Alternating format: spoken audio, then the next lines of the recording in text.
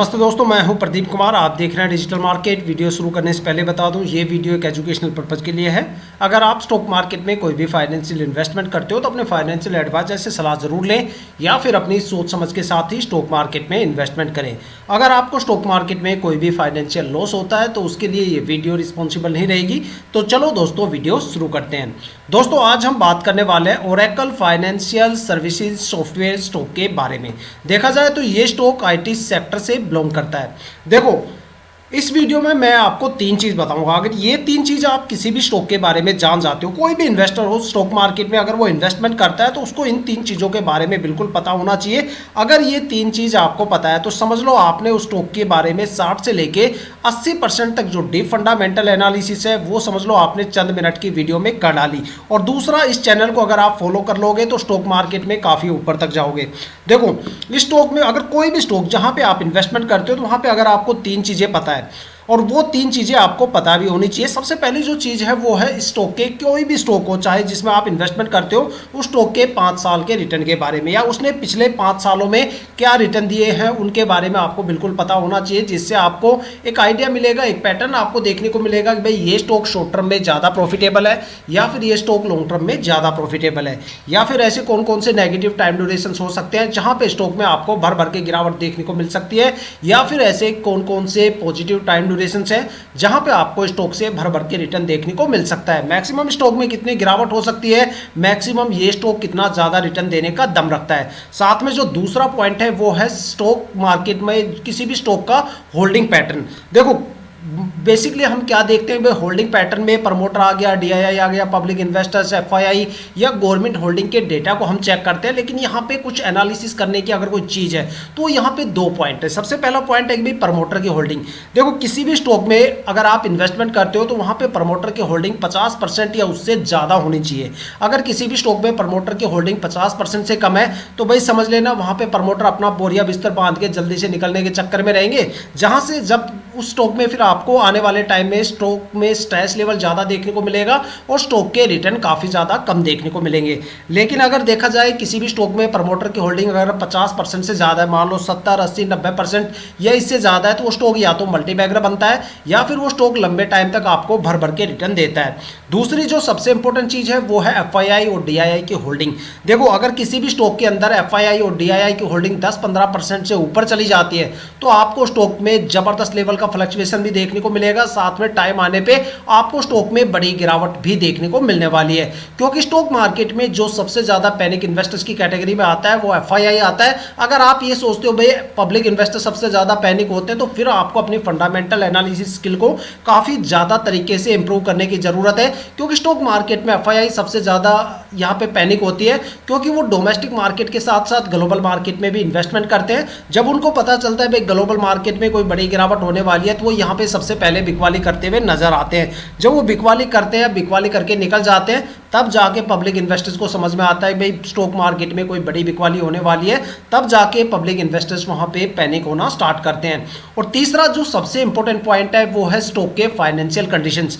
Mostly बंदे क्या करते हैं, भाई स्टॉक का क्वार्टरली रिजल्ट आ गया, रिजल्ट में स्टॉक ने इतना रिवेन्यू दिया है, ठीक है, कंपनी का इतना रिवेन्यू है, और उसी से वो सेटिस्फाई हो जाते हैं कि भाई कंपनी का रिवेन्यू पॉजिटिव में चल रहा है, ठीक है, स्टॉक बढ़िया परफॉर्मेंस दिखाएगा। लेकिन जो स्टॉक की जो फाइनेंशियल कंडीशंस होती है उसमें आपको 2 या 3 पॉइंट हमेशा चेक करने चाहिए। सबसे पहला जो पॉइंट है, देखो रिवेन्यू टोटल काफ़ी जो टोटल रिवेन्यू होता है वो एक अलग चीज़ होती है, लेकिन यहाँ पे एक पॉइंट आता है ऑपरेशनल प्रॉफिट, कि भाई कंपनी ने अपने इंटरनल, अपने दम के ऊपर, अपने इंटरनल स्ट्रक्चर के बेस पे, अपने ऑपरेशनल एक्टिविटी के बेस पे आखिर कितना रिवेन्यू जनरेट किया है। देखो, कोई भी कंपनी होती है उसके रिवेन्यू के काफ़ी सोर्सेज होते हैं, कि भाई जैसे मार्केट में इन्वेस्टमेंट करना, म्यूचुअल फंड में इन्वेस्टमेंट करना, स्टॉक्स में इन्वेस्टमेंट करना या इंटरेस्ट बेस पे देना, ठीक है, तो इस तरीके से काफ़ी इनकम के सोर्स होते हैं। लेकिन जो कंपनी की ऑपरेशनल प्रॉफिट होता है वो सबसे ज़्यादा मेजर पॉइंट होता है। अगर किसी भी कंपनी के अंदर जो ऑपरेशनल प्रॉफिट है वो अगर मान लो कम है या नेगेटिव में या वहाँ पे कोई परफॉर्मेंस नहीं है,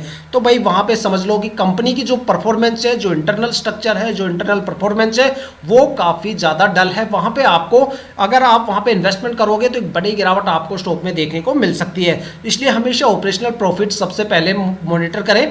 उसके बाद बात बात आती है कंपनी का रिजर्व कितना है। भाई कोई भी कंपनी अगर अपने बुरे वक्त के लिए कुछ रिजर्व रखती है कि भाई अगर कोई इंसिडेंट होता है तो वो रिजर्व वहाँ पे यूज होता है, ठीक है। और तीसरा जो सबसे मेजर पॉइंट होता है वो होता है कंपनी का जो मार्केट में इन्वेस्टमेंट कितना है। कुछ कंपनियां ऐसी होती है जो लिमिटेड बिजनेस करती है, लिमिटेड एरिया में करती है और वो एक सीमित दायरे में फंस के रह जाती है और वहां पे कंपनी के आने वाले टाइम में ना तो प्रोग्रेस आपको देखने को मिलेगी, ना ही ज़्यादा रिटर्न आपको देखने को मिलेंगे। लेकिन कुछ कंपनीज ऐसी होती है जो एक दायरा, सीमित दायरे से बाहर जाके काम करती है, ठीक है। मतलब वो मार्केट में इन्वेस्टमेंट करते हैं, अपने बिजनेस को एक्सपेंड करते हैं और एक अच्छा खासा वहां पे आपको आने वाले टाइम में स्कोप देखने को मिलता है। तो सारे तीनों पॉइंट हम यहाँ पे बारीकी से चेक करने वाले हैं स्टॉक के बारे में। अगर स्टॉक के पिछले सालों के रिटर्न के बारे में बात करें तो भाई स्क्रीन पे आपके सामने स्टॉक के पिछले सालों के रिटर्न है जो मैंने यहाँ पे लॉन्ग टर्म और शॉर्ट टर्म की फॉर्म में यहाँ पे आपको दिखाए हैं। देखा जाए तो भाई यहाँ पे जो आंकड़े हैं, जो रेड पॉइंट है वो यहाँ पे गिरावट के सिंबल है और जो ग्रीन सिंबल है वो यहाँ पे एक अच्छा खासा पॉजिटिव मोमेंटम और एक अच्छा खासा यहाँ पे स्टॉक ने रिटर्न दिया है। तो देखा जाए तो स्टॉक भाई शॉर्ट टर्म में बिल्कुल भी प्रॉफिटेबल नहीं है। अगर बात करें लॉन्ग टर्म के बारे में तो लॉन्ग टर्म में ये स्टॉक काफी ज्यादा प्रॉफिटेबल है। लॉन्ग टर्म में भी ये स्टॉक तब ज्यादा प्रॉफिटेबल है जब आप स्टॉक में 2 साल या इससे लंबे टाइम ड्यूरेशन के लिए होल्ड करते हो। अगर लॉन्ग टर्म के सबसे बेस्ट टाइम ड्यूरेशन की बात करें तो यहाँ पे 5 साल का टाइम ड्यूरेशन है जहां पे स्टॉक ने करीब 208% से ज्यादा का रिटर्न दिया है। देखा जाए तो अपने इन्वेस्टर्स का पैसा यहाँ पे 2 गुना से ज्यादा करके दिया है। अगर आप स्टॉक में ये सोच के इन्वेस्टमेंट कर रहे हो भाई 2-4 महीने हम यहाँ पे होल्ड करेंगे और एक अच्छा खासा प्रॉफिट गेन करके स्टॉक से बाहर चले जाएंगे, तो भाई ऐसी गलती मत करना क्योंकि शॉर्ट टर्म के लिए ये स्टॉक बिल्कुल भी प्रॉफिटेबल नहीं है। ये मैं नहीं कह रहा, ये स्टॉक के रिटर्न कह रहे हैं जो आप किसी भी फाइनेंशियल वेबसाइट या फिर अपनी ब्रोकरेज एप्लीकेशन पे भी चेक कर सकते हो। अब बात करते हैं स्टॉक के होल्डिंग पैटर्न के बारे में, देखते हैं होल्डिंग पैटर्न के पिटारे से क्या निकल के आता है।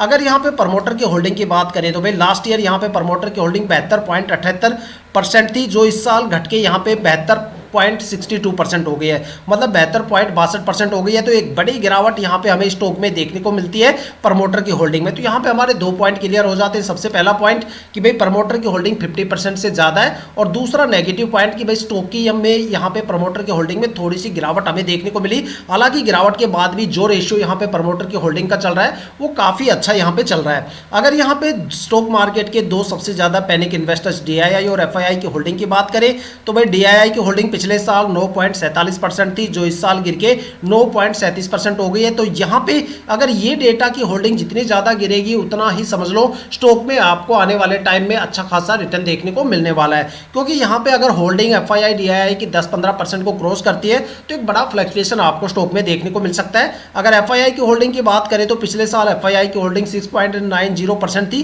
जो इस साल बढ़ के यहाँ पे 8.49% हो गई है। तो देखा जाए तो FII और DII का यहाँ पे जो होल्डिंग रेशियो है वो अभी भी काफ़ी अच्छा है। अगर बात करें स्टॉक में पब्लिक इन्वेस्टर्स के बारे में तो यहाँ पे पिछले साल पब्लिक इन्वेस्टर्स की होल्डिंग 7.60% थी जो इस साल गिर के 7.15% हो गई है। तो भाई यहाँ पे देखा जाए तो जो पब्लिक इन्वेस्टर्स की होल्डिंग का रेशियो है वो भी यहाँ पे काफ़ी अच्छा है। देखा जाए तो जो सबसे ज़्यादा माल जिसके पास है वो यहाँ पे प्रमोटर है और प्रमोटर ही वो होते हैं जो सबसे ज़्यादा ट्रस्टवर्दी इन्वेस्टर्स की कैटेगरी में आते हैं, जो कंपनी के साथ लंबे टाइम तक रुकते हैं और अपनी होल्डिंग को धीरे धीरे करके रिलीज करते हैं। देखा जाए तो प्रमोटर ही वो इन्वेस्टर्स होते हैं, वो एंटिटी होते हैं, वो ऑब्जेक्ट होते हैं जो सबसे ज़्यादा, अगर मान लो प्रमोटर ही स्टॉक में नहीं रहेंगे तो भाई उस स्टॉक में आपको कोई ग्रोथ देखने को नहीं मिलेगी, चाहे वो सारा माल FII DII या पब्लिक इन्वेस्टर्स के हाथ में हो, एक दिन उस स्टॉक में आपको गिरावट तो देखने को मिले ही मिलेगी। तो देखा जाए तो प्रमोटर जिस स्टॉक में ज़्यादा होते हैं वहाँ पे आपको एक अच्छी खासी ग्रोथ फ्यूचर में देखने को मिल सकती है। अगर बात करें स्टॉक के फाइनेंशियल कंडीशन के बारे में तो भाई कंपनी का जो यहाँ पे रिवेन्यू है वो रिवेन्यू यहाँ पे